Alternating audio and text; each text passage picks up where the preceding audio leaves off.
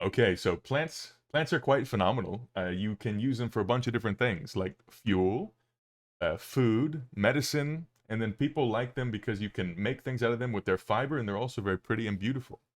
Uh, the first botanical gardens were from what point? What do you think excited people to create botanical gardens? Was it fuel, food, medicine, beauty, or fiber? They're very pretty. Yeah, this is a nice phalaenopsis here. I like it a lot. So, okay, everyone is saying beauty. Beauty. Ethan says food, discovery, and medicine. So, botanical gardens have existed for a very long time, but the one that we have the most record on that currently still exists, that is still, we have remnants of it, is originally medicine. So, plants have a lot of different compounds in them that are secondary metabolites that we can use as medicine. The University of Padua in northern Italy had the first, what is historically identified as a botanical garden, and it still exists to this day. Now, this is the university in the back, and in the foreground of this picture, this is the only kind of print picture that it is, so it's kind of blurry, is the botanical garden, and it's a circle with these sections in it, and each section was supposed to represent a different part of the world and continent with different plants. Now, the university was interested in the medicine of these plants, and so they're mostly herbs and things you could use for remedies. Botanical gardens themselves are from the French word, so garden is just jardin, which is like yard. It's just a field. A botanical garden is just a field. And this first one that we have record of is from 1545, and it was chiefly medicinal. It is the world's oldest academic botanical garden that's still in its original location. So why do we have botanical gardens, and what's the point of a botanical garden? Why do they matter at all? Well, I like to cut them down and distill them into 4 pillars. There's 4 pillars. Research, so we do scientific research on plants using botanical gardens. Conservation, we want to protect the plants so that we have them in the future. Education, to help people understand the botanical world and to get excited by them. And the last one is really important, public good. Public good. So botanical gardens should exist as a place that does good in the world. What is this number? Does anyone know what this number is? 4,550. The number of gardens in the world. Sassy Frog and Mario Dude. It's the number of botanical gardens in the world. What makes a botanical garden? Well, it, it's anything that a place that labels their plants, knows where they're from, and keeps records of all the plants in their yard. And this is how many people visit botanical gardens every year. Now, that's a lot of folks. Now, if you look at the world, you can divide it into distinct regions. You might have the tropical areas of, 200 million people visit botanical gardens. Crazy, right? So you might have tropical regions of the world, and you might have some kind of savanna in Africa. Over here, we have kind of a coniferous forests. This is, I think, Lithuania. We have tropical swamps, temperate rainforests, like in Aotearoa, New Zealand, and the deserts of North America, famous for cacti, like the Sonoran Desert here with the saguaro cacti. So we can categorize the world by their climates. And so, if we use the Köppen-Geiger climate classification system, we'll see that each of these different colors indicates a different type of climate zone. Here in my neck of the woods, in central Texas, we have the same general overall climate, which is related to weather patterns with precipitation, as parts of Georgia and Louisiana and Tennessee. And so a lot of the plants that grow in Georgia, we can grow pretty decently in my area. And if you look throughout this parts of China, it's also the same. So this kind of bright green is called humid subtropical. So humid subtropical is found throughout the American South, and if you live in this area, you know that it's hot. Subtropical in that northern winds, northern storms come down and they inhibit truly tropical things from growing. But, you'll find this also in China and Japan. So a lot of the plants of the Japanese gardens and Chinese gardens we can grow really well in Austin. Red is the desert. You might have figured that out. The red is the desert. So our friends in Bahrain might understand this. The outback, the deserts of North America. So we can look at these zones again and understand them a little bit closer. The swamps of the summer. Yeah, rubber duck. That humid subtropical swamps. So these distinct sections are matching colors. So there's the steppe climate zone. We have the tropical climate zone, maritime temperate. This is what like New Zealand is, this kind of bright green. Humid continental, this is like Latvia, Estonia, Lithuania, tropical regions of South America, and deserts, the red. So here is the first, botanical garden in the University of Padua. The symbol up here is quite cute. My face is covering part of it. But you can see that their symbol is the garden layout itself. It's really small, but it has paths you can walk through and everything is categorized and labeled. It is in humid subtropical, so tiny patch of northern Italy, specifically like the region of Padua, has the same climate as Georgia. Now here is, I think, what I would call the ultimate botanical garden of the world. It's Kew, or the Royal Botanic Garden, because of colonization. The British have collected lots of plants. The outside zone is marine temperate, but they have created environments inside that are tropical. So these greenhouses are tropical.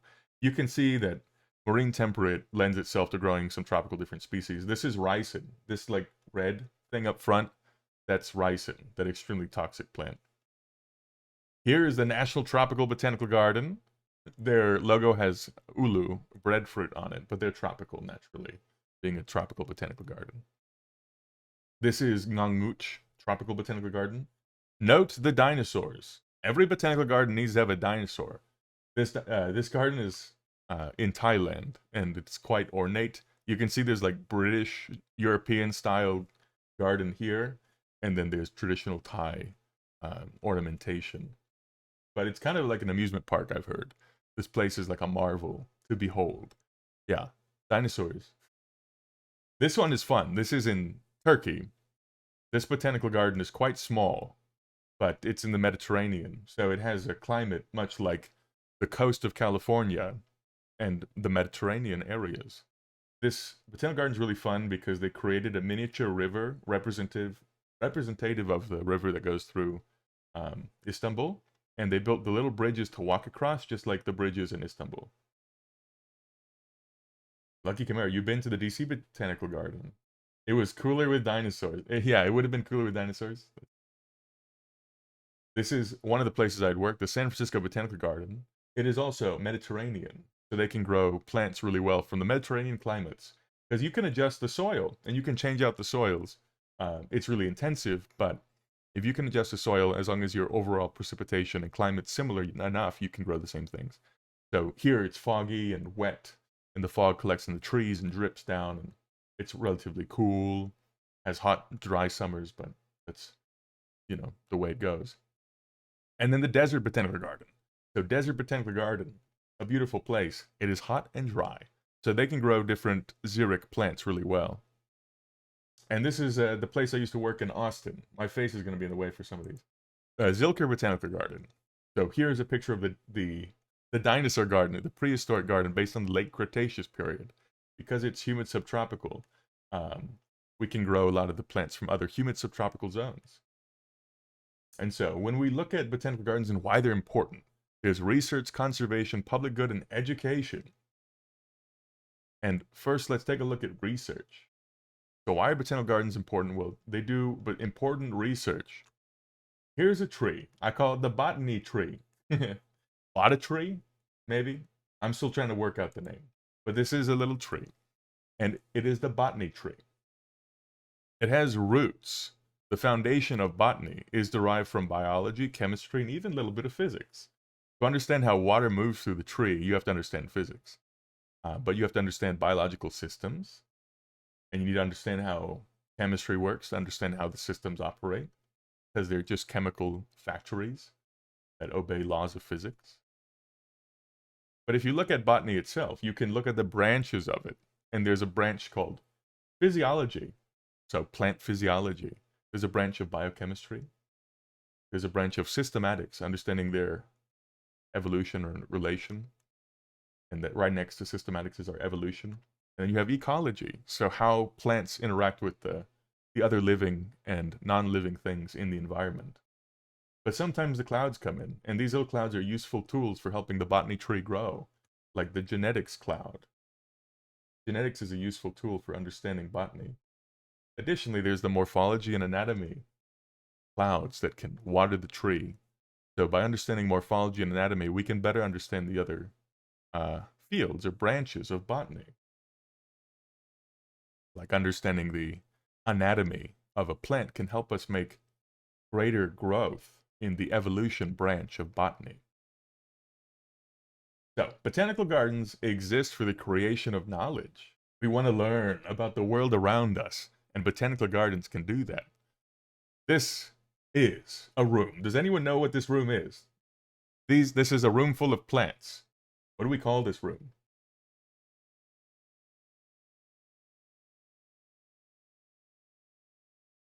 A pressing room, yes. This room has tons of pressed plants. A seed archive. It is indeed an archive. Close guess.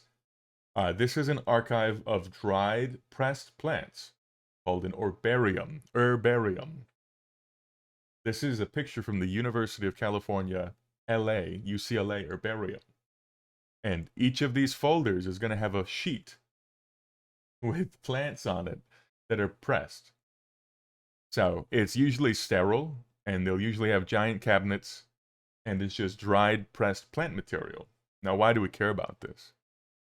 It looks like this. So you can see that some of them are kind of thick. They're organized by family. Now, if you take a cactus and try and press it, you're going to have a lot of difficulty with a lot of them. It's an herbarium. Yeah, Della, look, you collected them at your school, too. Nice. And then the Duke Herbarium got disbanded. I saw that, and the collection was split into different herbariums. Yeah, I saw that news. So what folks will do is you collect a plant and you preserve it. Now they're organized usually by family. There's Cannabinaceae, the family that includes hops and elms. So herbaria, they have pressed plants, and they'll look like this one on the right. This is a picture from the UCLA Herbarium. It'll always have information on where it was collected, who collected it, what year it was collected, and then it will have like a color key. These are useful for understanding taxonomic, so understanding the naming and grouping of plants, as well as doing ecological research to understand, maybe I'm looking at this plant and I realize, this is from 1910. Well, in 1910, this plant might have lived in this one area, but now it's not there anymore. And so we can understand population changes. And the big thing about it is they contain a thing called type specimen. A type specimen is really important. If you go to an herbarium and they have type specimen, then they're kind of cool. Because a type specimen is the plant that was used to describe it when it was discovered by Western science. So type specimen is a permanent reference specimen that defines the species. It's usually the first specimen to have the new scientific name. So when the people discover a new plant, they have to collect a piece of it and press it flat and put it in an herbarium. So in West Texas, about a year ago, a little over a year ago, they discovered a new plant in the sunflower family, a little tiny Asteraceae. And what they have to do is, they have to write up a scientific article describing the different morphological features about it, and then collect some of it and press it with all those morphological features represented. And that's called the type specimen. Specifically, the holotype is the specimen that's described in the scientific literature of the new species. So when they release the publication of that new plant they found in Big Bend, they have to publish it, and then the little pressed plant is going to have a holotype that is probably going to go in I don't know, the El Paso, maybe which herbarium? It's an herbarium, I think, probably out there in El Paso, UTEP maybe. Sunflower is an aster. Yeah, sunflower is an aster. So this is an example of one of them. This is from the Field Museum in Chicago. The Field Museum has a massive collection of plants, actually. And they have now put them online. So one of the big things is that we want folks to access the plant material, and the easiest way to do it is by uploading and digitizing all of them.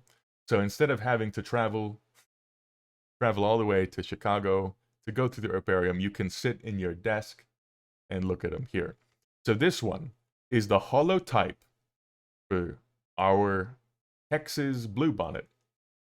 This is Lupinus texensis. So in Texas, this is our state flower, but the species holotype is in Chicago, and it was collected in 1932. And you can see it's published in 1940 in the publications of the Field Museum Natural History of Botany, Series 22, whatever. And so here it is. This is the one they use to describe the species. Now, if you wanted to, you could be something called an armchair botanist. You could sit in a chair and do botany by using these online published herbarium collections. Digitization is making things a big deal. When I was in college, all the herbarium, well, there was an herbarium in Berkeley that wanted to get undergraduate students to come and sit and digitize a collection. I think they finally did it. We're doing armchair botany right now. Yeah, we're learning about that. So here is Fort Worth Botanical Garden. They have a nice herbarium collection for Oklahoma and Texas. And it's called Torch. You can click on the Torch portal. If you want to learn about things in Texas or Oklahoma, you can click this and they'll be digitized. So I was like, hey, I'm really curious. I'm really curious about what about the plants in Austin? So let's see about any of the collection specimens that are from Austin. Well, we can look at them by family. So Ericaceae, these are palms. Aristolocaceae, this is the pipevine. Asparagaceae, that includes our yuccas. I'm a big fan of Yucca rupicola. This is a yucca native to central Texas that has its leaves that twist as they grow, so it's called twisted leaf yucca. There's Asteraceae, that's sunflowers and dandelions and chrysanthemums and, yeah, daisies. But yeah, the rupicola, one of my favorite little native plants to my area. Someone collected it, and it is currently stored in Dallas at BRIT, the Botanical Research Institute of Texas. So I can learn about this by sitting in my chair and clicking the different buttons. And so it says, okay, it's an asparagus family. It's collected by Barton Warnock. For anyone who is really into West Texas, Barton Warnock is a famous botanist from West Texas. And he basically wrote all the books on the plants of the deserts of Texas. And then it says, where did they get it? Well, they collected in the United States, Texas, Travis County, that's where I am, the shoulders of Mount Bonnell, 3 miles northwest of Austin. Like, I've been there. I've been to this place. And so then it explains exactly. They got on a limestone shoulder. So this is collected in 1945. This little plant, I've been there, and I've still seen this one plant living on the limestone cliffs. So it's funny to see this plant still here 100 years after, and it was living there 100 years earlier. This is the individual who's famous in Texas. His name's Barton Warnock. If you end up reading any book about the Chihuahuan Desert that's in English, this guy this guy is kind of the father of that. And so here's the park. And if you look at the geotag or the information described, it was likely right here. That is probably where he got it. Father Barton, he was a prolific botanist. So yeah, park here, go up here, and this is probably where the plant was. I didn't check to see if it's still there, but the plant still grows along this cliff. This is on the cliff overlooking a river. So not all research, though, at a botanical garden is botanical. So here's an example from Zilker Botanical Garden, Tulane University researchers visited to study butterflies. So swallowtail butterflies migrate through, and they got to study the plants there. So the big thing about botanical gardens is they're a place of discovery, documentation, and then disseminating that research. And the big thing is biodiversity, evolution, and conservation. Those are the different fields that you might be studying at a botanical garden. Diversity of different plants and how the animals are interacting with them, the evolution of plants. They're indeed living classrooms, and they're also places for protecting and preserving the plant material. So when we look at the next pillar of a botanical garden, that's conservation. After research is our conservation. So botanical gardens exist to protect and preserve botanical life. So here's an example. In Texas, there are 448 rare vascular plants, and 113 of them are called critically imperiled. They're almost extinct. And the reason why this happens is habitat is being destroyed. There's, urbanization, suburbanization, development, destroying the habitat. There's a lot of invasive species that outcompete the native plants. There's wildfires that occur. And some plants actually need fire, and so people are suppressing the fire, so that makes it challenging for them to grow, because they might need it for germination. There's climatic shifts, which is a really big one. The climate is changing in a way that maybe, there's a plant that only lives on one specific slope of a mountain. And as that climate changes, it might get warmer, drier, or even wetter. That plant isn't adapted to those conditions, so it needs to move in the sense of spreading its seeds to be able to find a better habitat. But the thing is that the climate is changing quicker than the plants can reproduce and adapt. So they might lose their home due to the climate shifting. And then the last one is poaching. This is really big with succulents. So people will just steal them and take them. And once you poach them, you can't put them back, because each plant has its own unique genetics from its own unique site. Removing them and then putting them back induces a lot of stress. So a lot of the plants that are poached don't even survive, because they're removed from their environment, they get stressed, and their roots can be disrupted. Additionally, if you have a bunch of poached plants that survive, you cannot put them back, because then you don't know exactly where they came from, and you could be disrupting the population dynamics. So the best thing to do is to simply keep them alive in a collection at a botanical garden, or a private collection, but I would say botanical garden. It fragments their wild habitat, True says. Yeah, exactly. Here's a picture of Big Bend National Park. Beautiful place.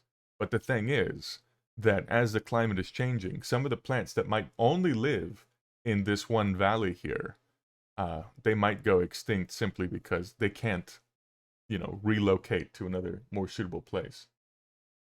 Big Bend has rivers and the places that pass through. This is actually the Rio Grande. So the left is Mexico and the right is United States. This is the Rio Grande River.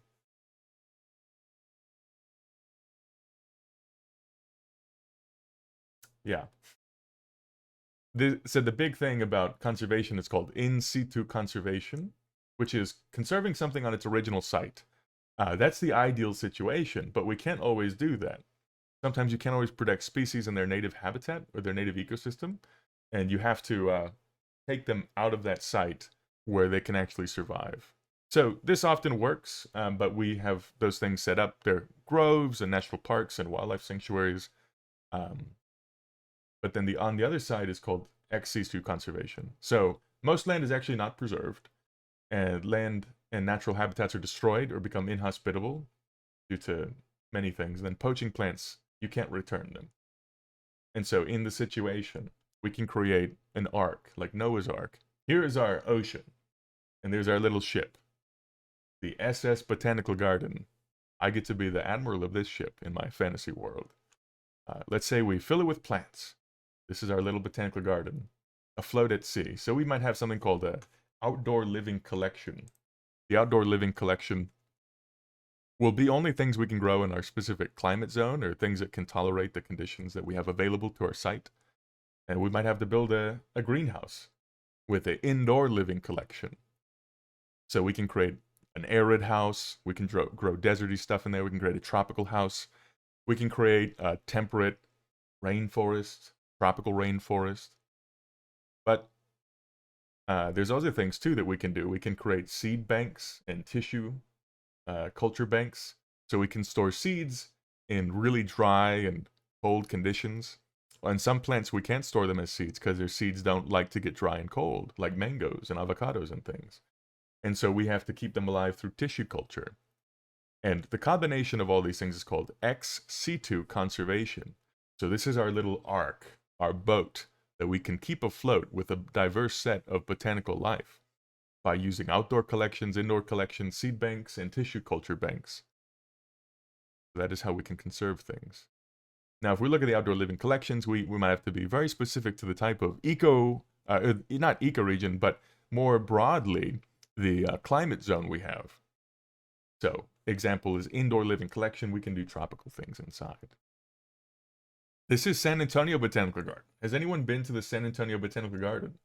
It's a beautiful place with several different indoor living collections. The one on the very top here is called the Fern Grotto, and it's kind of humid and cool. You've been there, Frazzled in Tent? Yeah, it's a lovely, lovely place. This is where I grew up, and I had, oh, there's Clodsire. This is where I grew up, and I volunteered in the Fern Grotto up here, and so they would have me come and spray water at the top. This is all underground. Spray water on the top, and it would drip down and keep the place nice and wet. Then we have arid house, really hot and dry, and then tropical house and a palm house. Yeah, very pretty. This one is an orchid house on the left. Yeah, this is what the one on the left looks like. It's full of orchids and tillandsias and bromeliads and palms and tropical things like figs and, you can see all this Spanish moss in the back. Frazzled in 10, you in for the ferns? Yeah, the Fern Grotto might be my favorite, but the most visually impressive is their orchid display house. Okay, here is a picture of a room. You know what this room is? What are we doing in this room?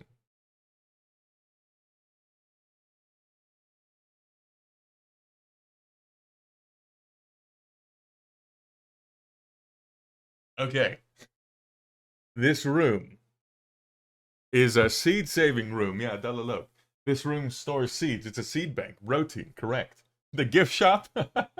This is an interesting gift shop, if this was a gift shop, but I guess it's a seed gift shop, potentially.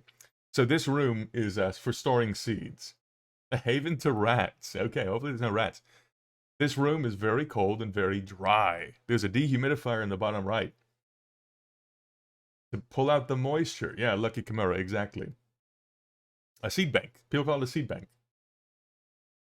So the thing about plants is you want to store them at low moisture content and low temperature.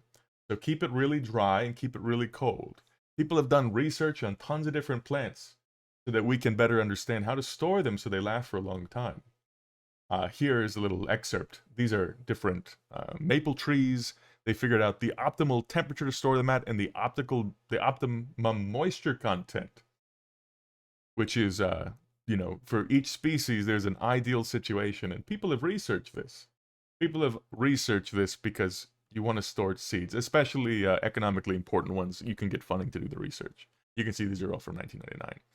But seeds die over time. A seed is a little tiny living plant. It's a little living plant. And when you got a lot of them, you'll see that they slowly die. This is called a survival curve. So let's say at time 0, there's 100% are alive. At some point in time, 50% will be dead. And that's P50. And then eventually they all die. So on the left, the germination percentage is basically how many are alive. True. Isn't there an apocalypse seed bank under the polar ice in Svalbard? Yes. Yes, there is. Seed bank and genetic banks are so crazy to you, Winter Raven, but they're necessary. Yes. They do help preserve genetic material, so we have them in case a disaster hits. And that's the point of conservation of botanical life. So, moisture content is really the most important thing when you're storing a seed. If you look at this line, so each line is a different moisture content. This gold line is what it looks like for seeds in low moisture content. So they all start at 100% are alive, and then this is over time and years. So if you have really low moisture content, that is like 20% relative humidity, the moisture of the seed is like 4%, most of them are going to survive over the course of years. But then on the other hand, if we look at this one that is gray, this is 70% relative humidity, or like 10% moisture content.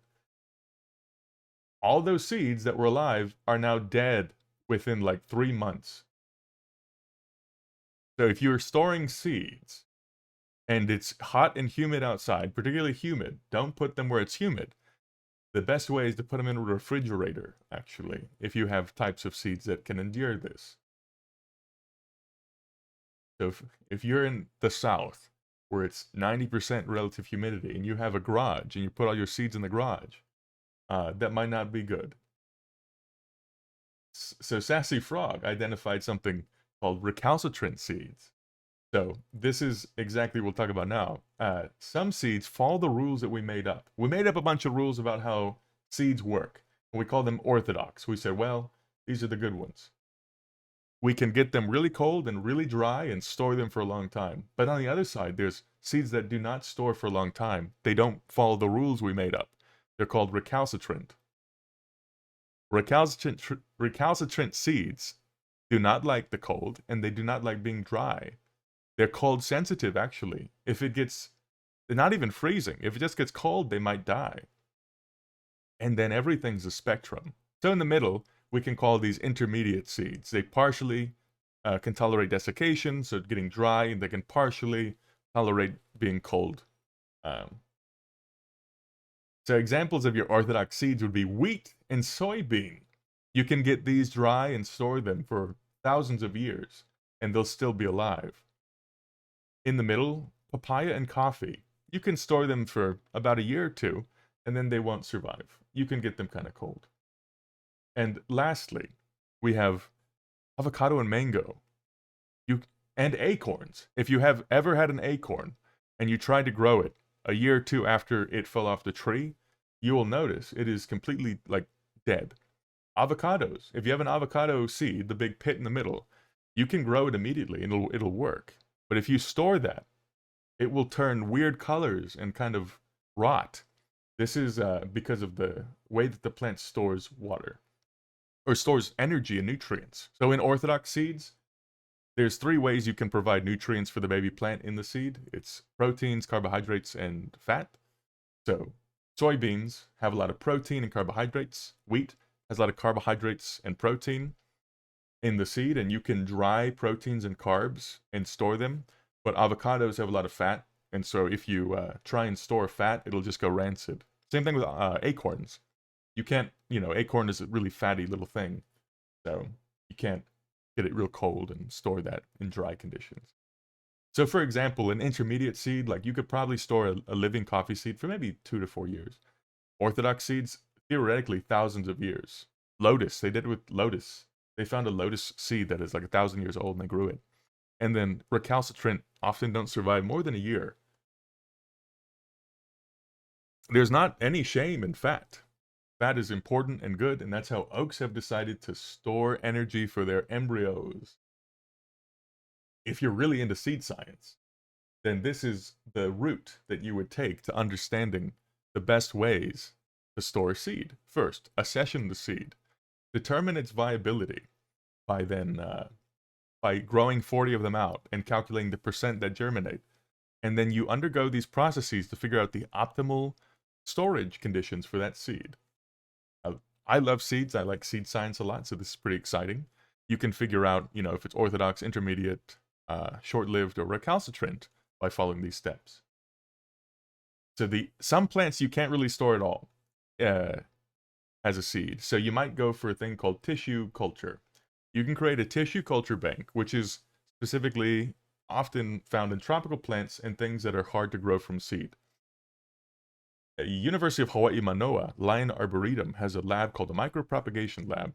So this is a technique to create a bunch of tiny little plants and keep them in sterile media and little dishes and petri dishes and test tubes indefinitely. You can keep them in there indefinitely until the end of the universe. The thing is, you have to change out the media like every 6 months or every year. So each of these little plants is taking nutrients from a gel. The thing about tissue culture is that it's really cool.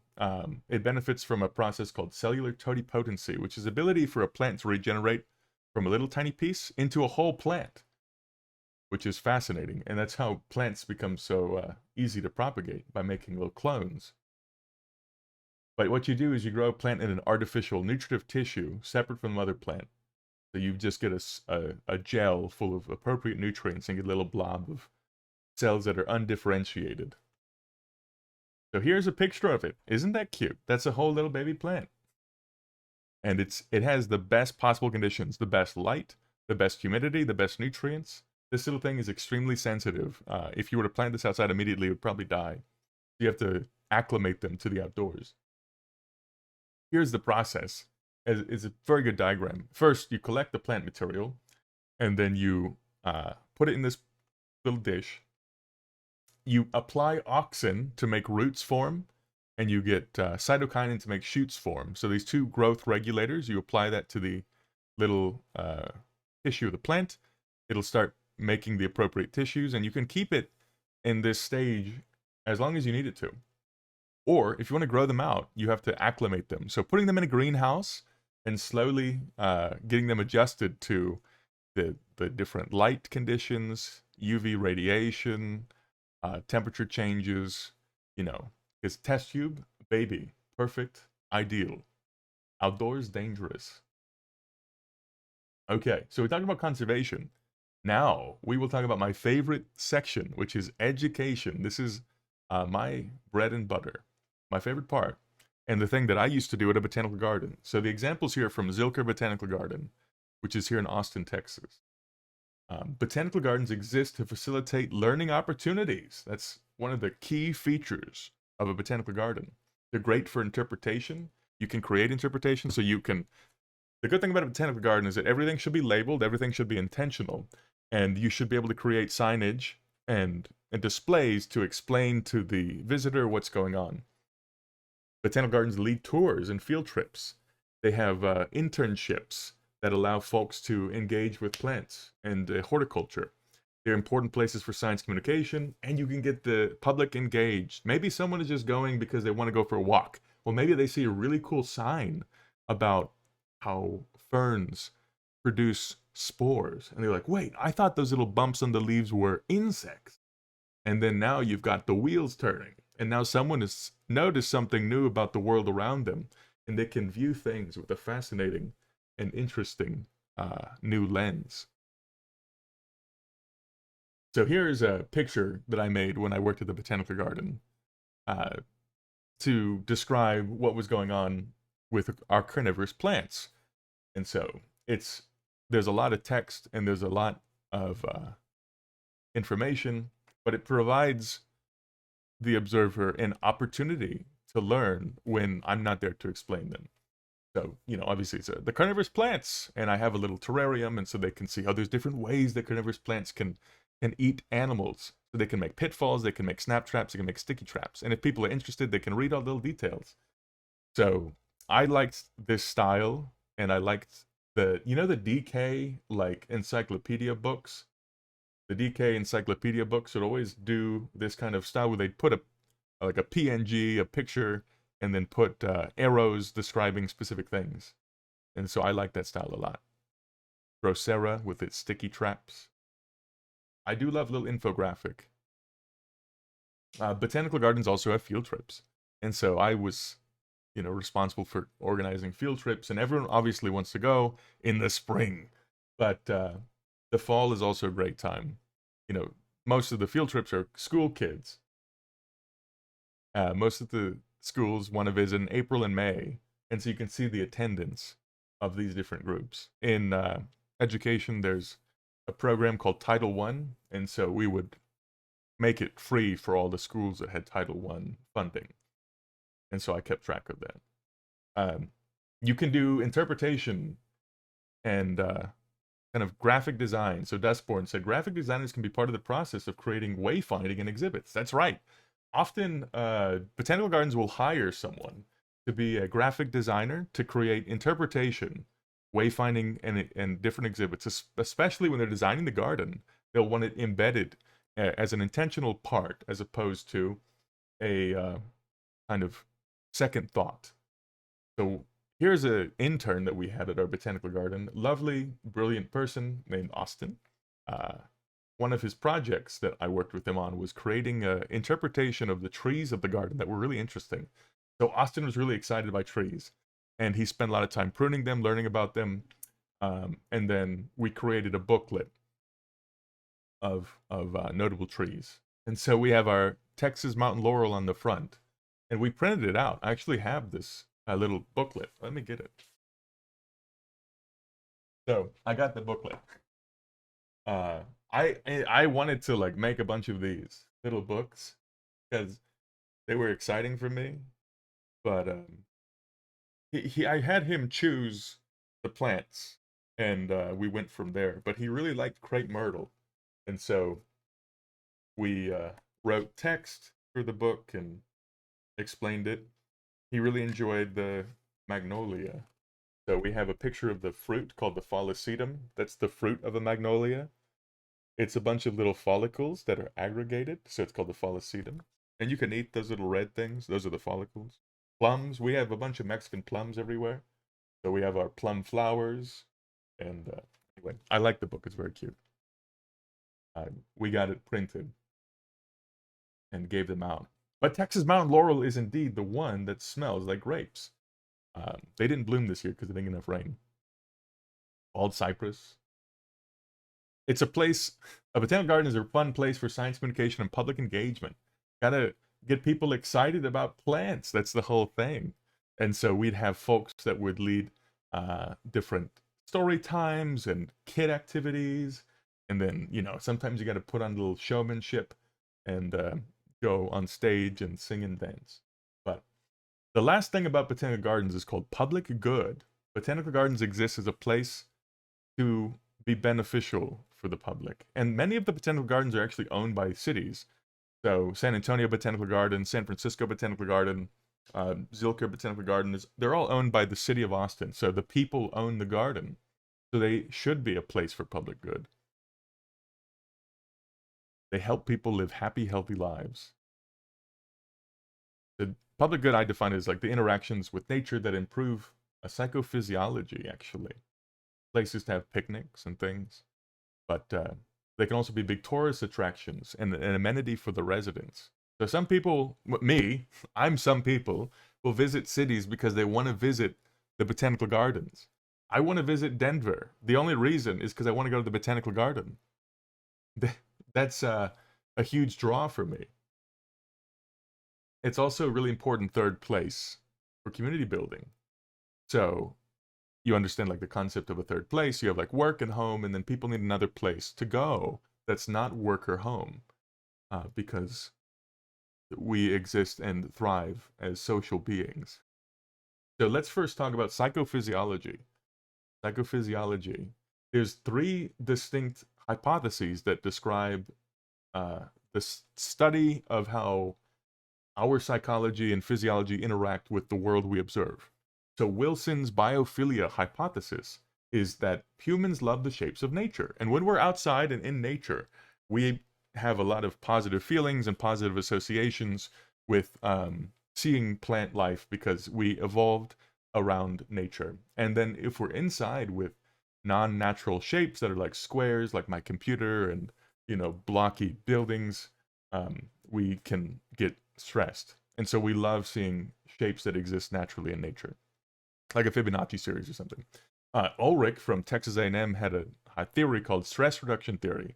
So being in nature actually instantly reduces your stress. Seeing nature, plants and animals, and green and water flowing reduces stress. And then the other one is Kaplan's attention restoration theory, which is that nature is cognitively restorative.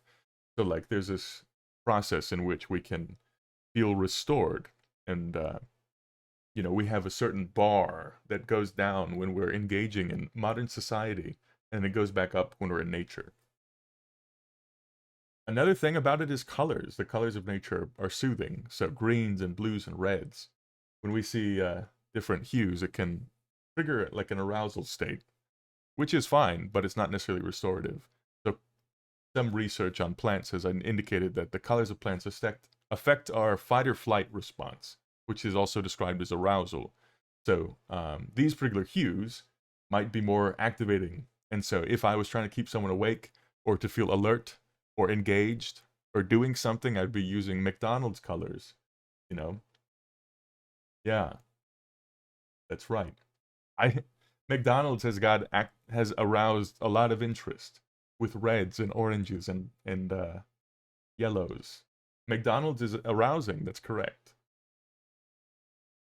So when you see this plant, even just as a picture of it, you're more likely to have a restorative experience as opposed to seeing bright yellows and reds and oranges.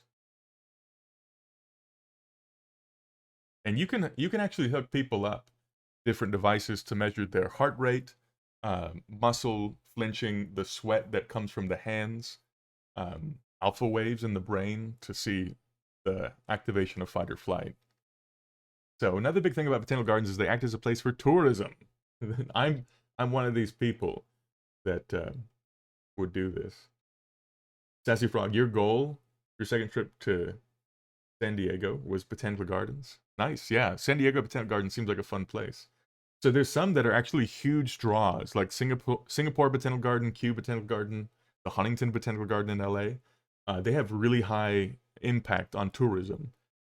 Kew in particular is one of the like most well known in the world, and so people tend to want to visit to see that one. There are also cultural amenities. So, as an example, the Botanical Garden here in Austin, there's about 250,000 people visit it every year, and there's many significant moments that are created in the Botanical Garden. Proposals, weddings, a lot of proposals. Quinceañera photos, there are so many quinceañera photos. There's at least 2 every day, actually. It is a go-to spot. It's a cultural amenity for the folks of Austin. There's even whole websites on how to propose at Zilker Botanical Garden. I mean, there's weddings, but there's far more proposals. I've been like walking around leading field trips, and there's always some guy who's scouting out some place to propose. I always say, go into the waterfall in the prehistoric garden, or on the bridge in the Japanese garden. Those are the best places. And there's websites that'll tell you that too. So, Botanical Garden, good place to have a proposal because it's often beautiful, it's secluded, it's safe. It's probably going to stay there for a while, so you can keep a happy memory. You know, if someone proposed at a amusement park, you know, it might be torn down. Botanical gardens tend to less likely be torn down. Okay, and it's also a third place. A botanical garden is a place where you could relax in public around familiar faces and make new acquaintances. There's no pressure to become best friends with anyone, but you feel connected and part of a community with people of shared interest. A library is a great third place, but a botanical garden often will have clubs, and they're often nature oriented. So there's psychophysiological benefits, there's emotional, physical benefits, and social benefits by interacting with people who love doing what you love doing. This is the group of the Austin Organic Gardeners, but there's some important factors for a third place. Is that the botanical garden is usually a neutral ground, everyone comes in. There's social leveling. No one is like, oh well, you know. Actually, some master gardeners are like this, so maybe not social leveling. But for a third place, everyone comes in socially equal. The main goal is to have conversation and to engage in the similar shared activity. There's regulars. There's always Donna. Donna's always there at the garden. So every time you go, there's a place where someone knows your name and you know Donna. Now you're an acquaintance with them, but you know, it's a regular. You can be a low-profile person. There's accessible. It's playful. It feels like a home away from home. And so here are some examples. The Cactus Club, the Austin Cactus and Succulent Society. You know, there's always regulars. There's always 3 or 4 of these folks in the picture. You're always going to see. They're always going to be there. And you don't even have to talk to them, but it's nice to have a familiar face. The Daylily Society. There's a... some of the people in this photo is like, oh, yep, every time I see them, it feels like I'm meeting my uncle or aunt. And, you know. Okay, so botanical gardens exist as a place for research, conservation, public good, and education. And, you know, keeping botanical gardens around is going to be more important in the future as we find ourselves engaging with a challenging climate in which plants might be going extinct more readily, and we need to preserve that plant material. And as we enter this kind of social digital era where we are currently separated digitally, botanical gardens are a good place to meet as a third place and to engage in the natural world. So thank you very much. If you have any questions, I'd love to answer them now. Question. The question was, is there a website I can go to find botanical gardens? Yes, there is. Alex, find a garden. So this says 600 member organizations. There's also a thing called reciprocal. So reciprocal. So if you these are in the United States mostly. If you visit a botanical garden, they will have a thing called membership. So I have a membership for me and Marcus. Oh shit. For me and Marcus at the State Botanical Garden of Texas called Lady Bird Johnson. And because of that, I can get into many, many botanical gardens